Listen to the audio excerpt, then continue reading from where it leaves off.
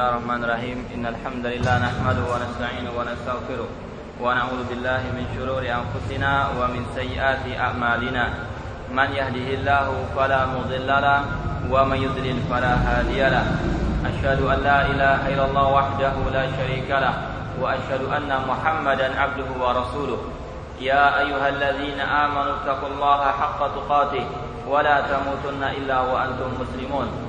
يا أيها الناس اتقوا ربكم الذي خلقكم من نفس واحدة وخلق منها زوجها وبث منهما رجالا كثيرا ونساء واتقوا الله الذي تساءلون به والأرحام إن الله كان عليكم رقيبا يا أيها الذين آمنوا اتقوا الله وقولوا قولا سديدا يصلح لكم أعمالكم ويغفر لكم ذنوبكم ومن يطع الله ورسوله فقد فاز فوزا عظيما أما بعد فإن أصدق الحديث كتاب الله وخير الهدي هدي محمد صلى الله عليه وسلم وشر الأمور محدثاتها وكل محدثة بدعة وكل بدعة ضلالة وكل ضلالة في النار.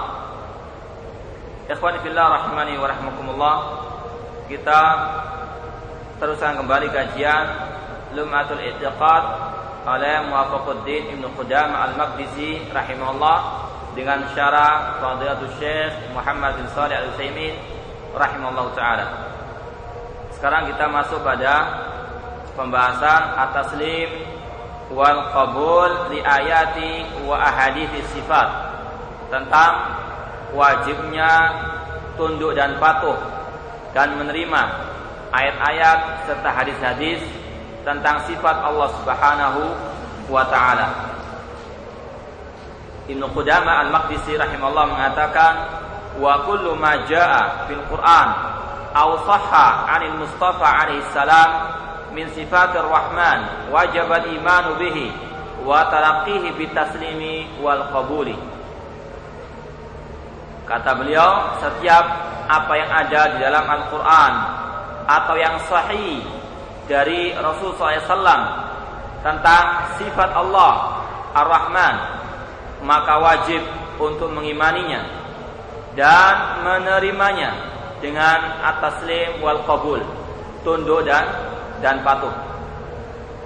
Wa tarkit ta'arrud lahu birraddi wa ta'wil wa tashbih wa tamtsil, dan meninggalkan ar-radd, menolak ataupun mentakwil ayat-ayat ataupun hadis-hadis tentang sifat tersebut, dan meninggalkan at-tashbih, menyerupakan Allah dengan makhluknya ataupun at-tamtsil.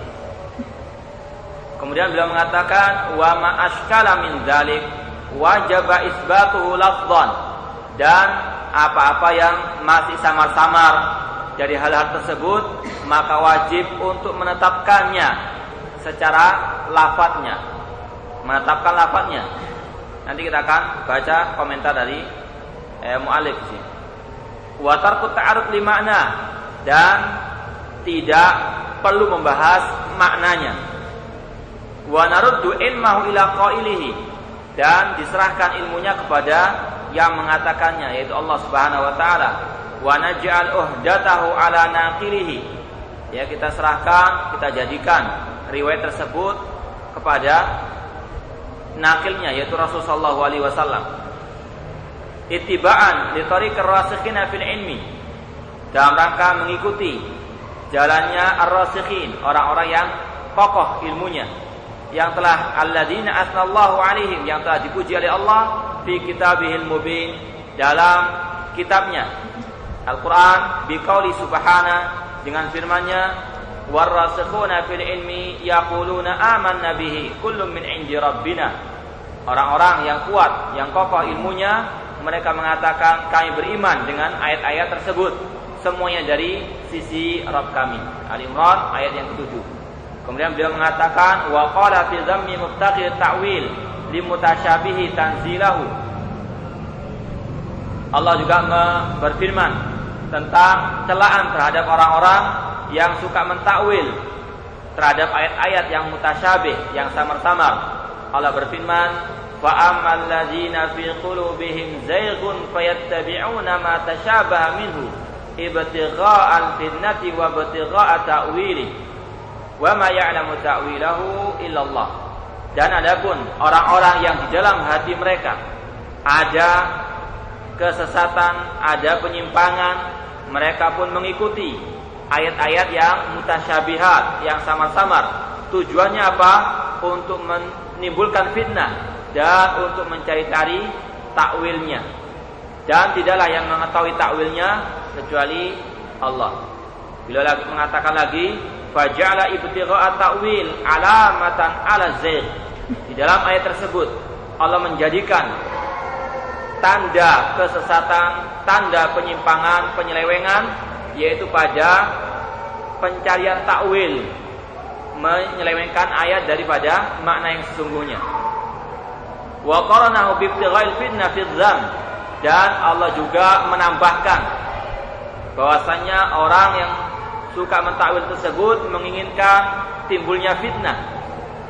Tsumma hajabahum amma amalu bihi. Namun Allah Subhanahu wa taala menutup ya segala apa yang mereka inginkan. Wa qata'at ma'ahum amma qasaduhu. Dan Allah pun memutuskan keinginan mereka untuk mencari fitnah tersebut dengan firman-Nya, wa ma ya'lamu ta'wilahu illallah.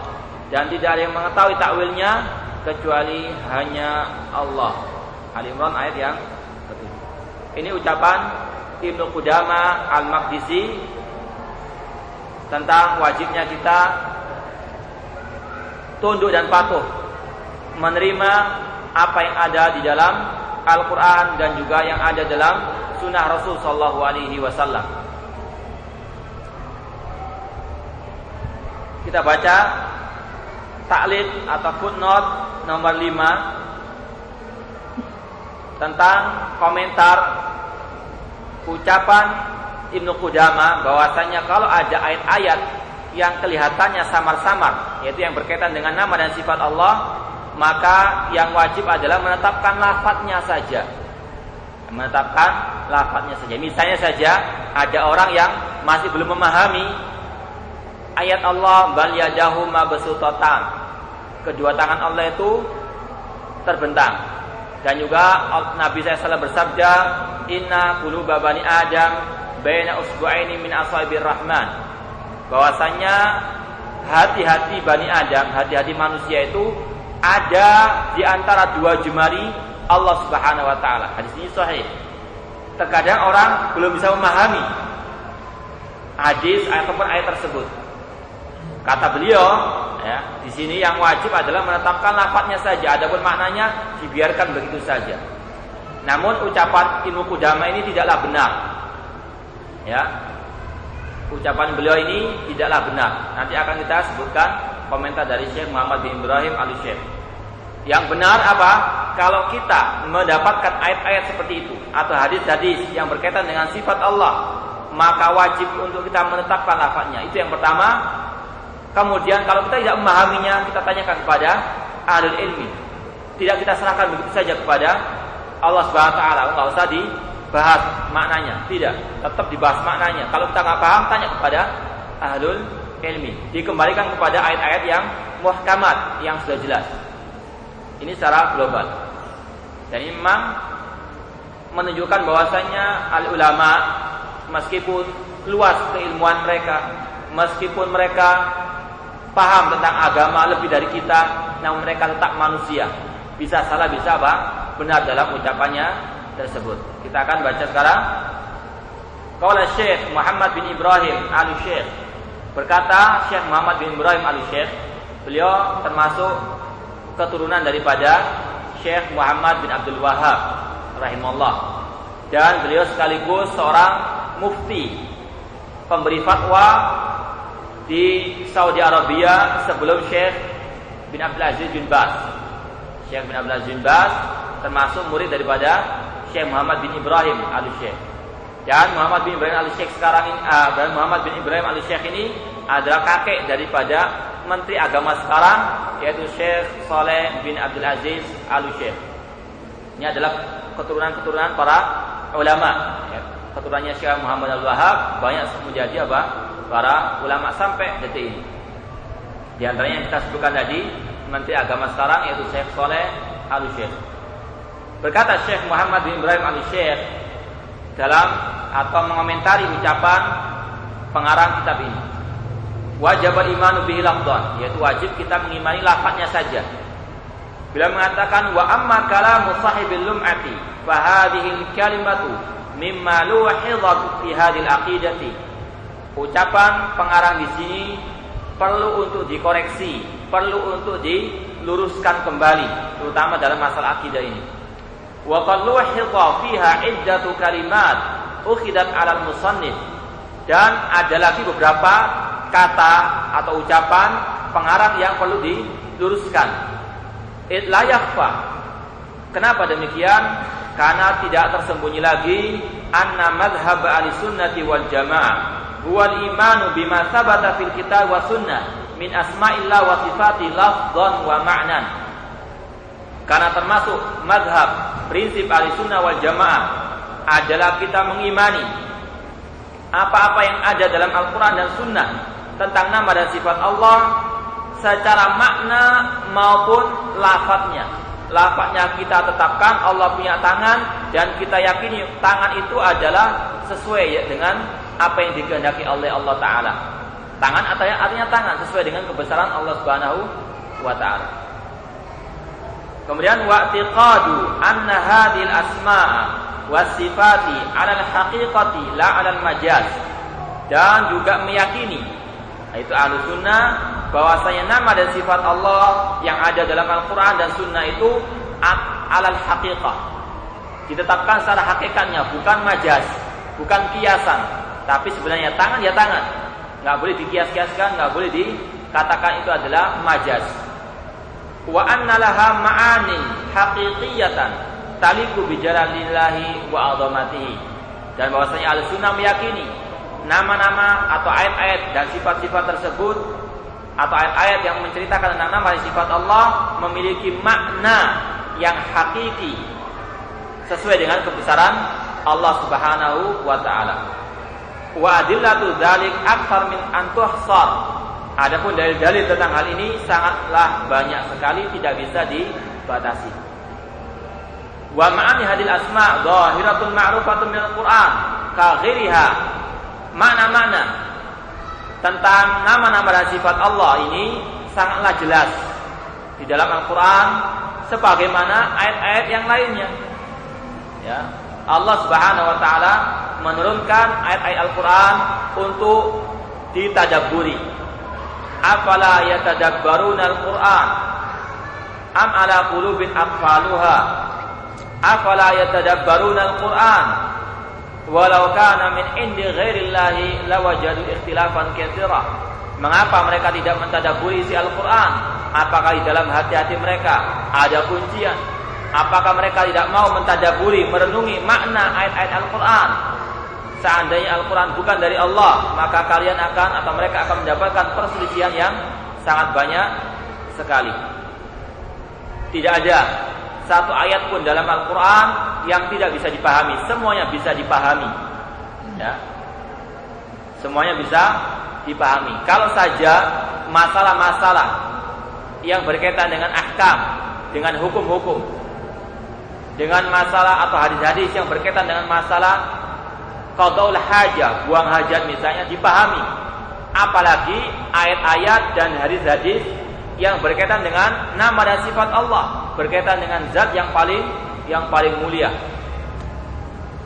Bahkan dikatakan bahwasanya pembahasan masalah nama dan sifat Allah termasuk pembahasan yang paling mulia di dalam ilmu agama ini. Karena syaraful ilmi bi syarafi al-ma'lum. Kemuliaan ilmu itu tergantung dengan kemuliaan yang di dalam ilmu tersebut. Yaitu kalau kita membaca masa asma sifat, ini berkaitan dengan zat yang paling mulia, yaitu Allah Subhanahu wa Ta'ala. Maka semua ayat dan hadis yang berkaitan dengan masalah nama dan sifat Allah itu pasti bisa dipahami, terutama oleh para ulama. Adapun orang awam mungkin saja tidak dipahami makna ayat-ayat tersebut.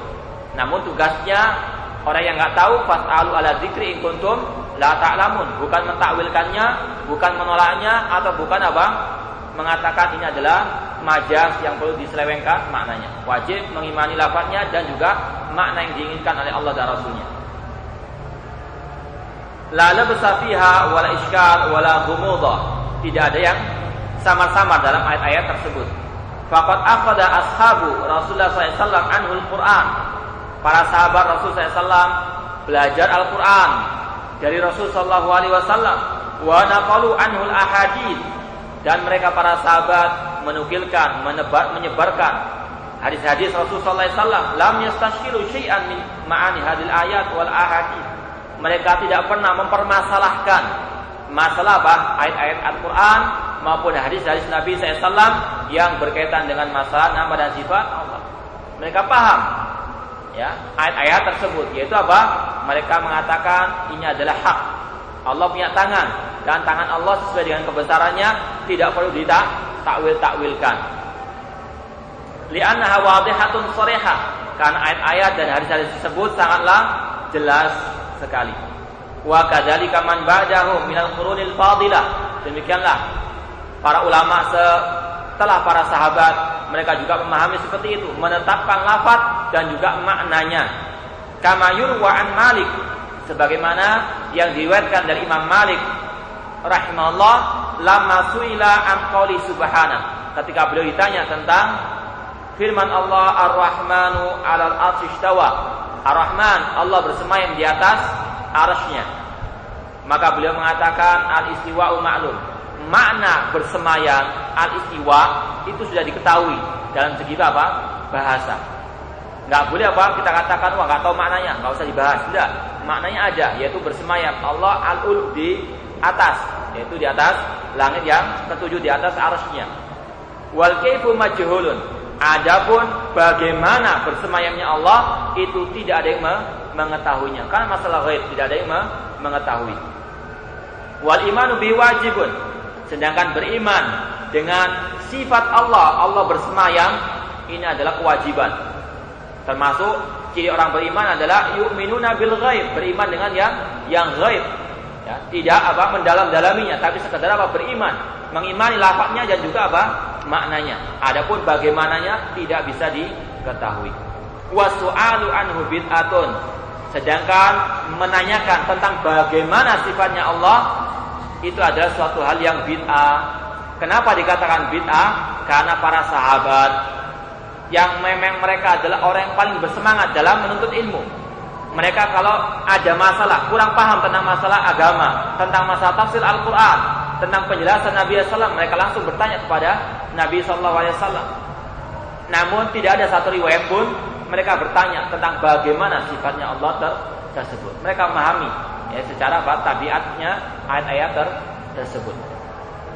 Makanya dikatakan bertanya tentang bagaimana sifatnya Allah itu bid'ah, karena para sahabat mereka tidak pernah menanyakan tentang kaifiyahnya, bagaimana sifatnya Allah tersebut. Wa kadzalika yurwa ma'na dzalika an Rabi'ah Syekh Malik. Demikian juga ucapan ini diriwayatkan dari gurunya Imam Malik, yaitu Rabi'ah, dan juga Ummi Salamah marfu'an wa mauqufan, secara marfu' ataupun mauquf. Marfu' artinya sampai kepada Nabi, sedangkan mauquf hanya sampai kepada beliau, yaitu Ummu Salamah. Bahkan ucapan Imam Malik ini sudah menjadi kaidah dalam masalah nama dan sifat Allah. Bukan hanya sekedar pada masalah istiwa saja, masalah bersemayam saja, tapi semua masalah.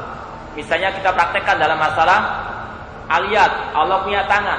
Kita katakan al-yadu ma'lumun. Allah punya tangan itu sudah diketahui dalam bahasa, maknanya Allah punya tangan. Ya, tangan adalah sesuatu yang dimiliki oleh Allah Subhanahu wa taala, termasuk sifat Allah. Wal kaifu majhulun. Adapun bagaimana tangannya Allah tidak bisa diketahui. Wal imanu biwajib. Sedangkan beriman adanya tangan Allah tersebut itu suatu kewajiban sebagai seorang muslim yang apa? Mengimani ayat-ayat apa? Al-Quran. Kita beriman ya, di antara makna al-iman antu'mina billah wa malaikati wa kutubihi wa rusuli, beriman dengan kitab-kitab Allah. Di antaranya beriman dengan apa? Al-Quran. Dengan isi apa? Al-Quran. Al-Quran bukan hanya dibaca. Al-Quran bukan hanya sekedar diamalkan ahkamnya, namun harus dibenarkan juga apa? Kabar berita yang dibawa oleh Al-Quran, terutama dalam masalah nama dan sifat Allah Subhanahu wa Ta'ala. Kemudian wal iman biwajib wa su'alu anhu bid'ah. Bertanya tentang bagaimana tangannya Allah itu adalah suatu hal yang bid'ah. Dan ini termasuk atanatu fid din, berlebih-lebihan dalam masalah agama. Akal kita tidak sampai kepada hal ghaib, maka jangan sampai mengotak-atik ayat tersebut dengan akal-akal kita. Kemudian wa amma kunhu sifa wa kaifiyatuha fala ya'lamuhu illallah subhanahu. Adapun bagaimananya sifat Allah tersebut tidak ada yang mengetahuinya kecuali Allah sendiri. Idil kalamu fis sifat far'un 'anil kalami fil mausuf. Ini adalah kaidah dalam memahami sifat Allah, yaitu apa? Pembahasan dalam masalah sifat Allah itu berkaitan dengan pembahasan masalah zatnya Allah, al-mausuf, yang disifati yaitu zatnya Allah. Artinya apa? Kalau kita tidak bisa mengetahui zatnya Allah, maka demikian pula kita tidak bisa memahami apa? Tidak bisa mengetahui sifatnya Allah Subhanahu wa Ta'ala. Kita tidak pernah melihat Allah Subhanahu wa Ta'ala dengan zatnya, ya. Karena tidak ada yang bisa melihat Allah di dunia ini. Kalau ada orang mengaku bisa melihat Allah di dunia ini, maka dia adalah seorang pendusta. Jangankan ya seorang wali, nabi saja tidak bisa melihat Allah dalam keadaan terjaga di dunia ini. Lihat kisah Musa alaihissalam ketika meminta kepada Allah Subhanahu wa Ta'ala untuk diperlihatkan dirinya, zatnya. Rabbi arini Rabbi anzur ilaika, arini anzur ilaika. Ya Allah, perlihatkan dirimu, aku ingin melihat kepadamu. Namun Allah Subhanahu wa Ta'ala apa tidak mau memperlihatkan dirinya, karena memang melihat zatnya Allah hanya bisa di surga kelak atau di padang mahsyar. Wujuhu yauma idzin nadhirah ila rabbiha nadhirah. Pada hari itu, yaitu pada hari yaumul akhir, pada waktu di surga, wajah-wajah mereka kaum beriman berseri-seri kepada Rabbnya, mereka melihat. Zatnya Allah bisa dilihat hanya pada waktu di surga atau di padang mahsyar pada hari kiamat. Manusia di dunia ini tidak bisa melihat Allah Subhanahu wa Ta'ala. Kalau ada orang mengaku melihat Allah baik dengan kasyaf, penyingkapan sebagaimana yang didakwakan, diakui oleh orang sufi, maka ini adalah dusta, kedustaan terhadap Allah Subhanahu wa Ta'ala. Jadi pembahasan masalah sifat itu berkaitan dengan masalah zat. Kalau kita tidak bisa melihat zatnya Allah, demikian pula berarti kita tidak bisa membagaimanakan sifatnya Allah tersebut. Fakama la ya'lam kaifa huwa illa huwa. Sebagaimana tidak ada yang mengetahui dirinya, zatnya Allah, maka kecuali dia, demikian pula dengan sifatnya tidak ada yang mengetahui sifatnya Allah kecuali apa? Allah Subhanahu wa Ta'ala. Wa huwa makna qauli Malik wal kaifu majhul. Inilah arti daripada ucapan Imam Malik, wal kaifu majhulun. Bagaimana Allah itu tidak bisa diketahui. Adapun sifat itu sendiri ada, ya. Bagaimana sifatnya Allah itu ada, namun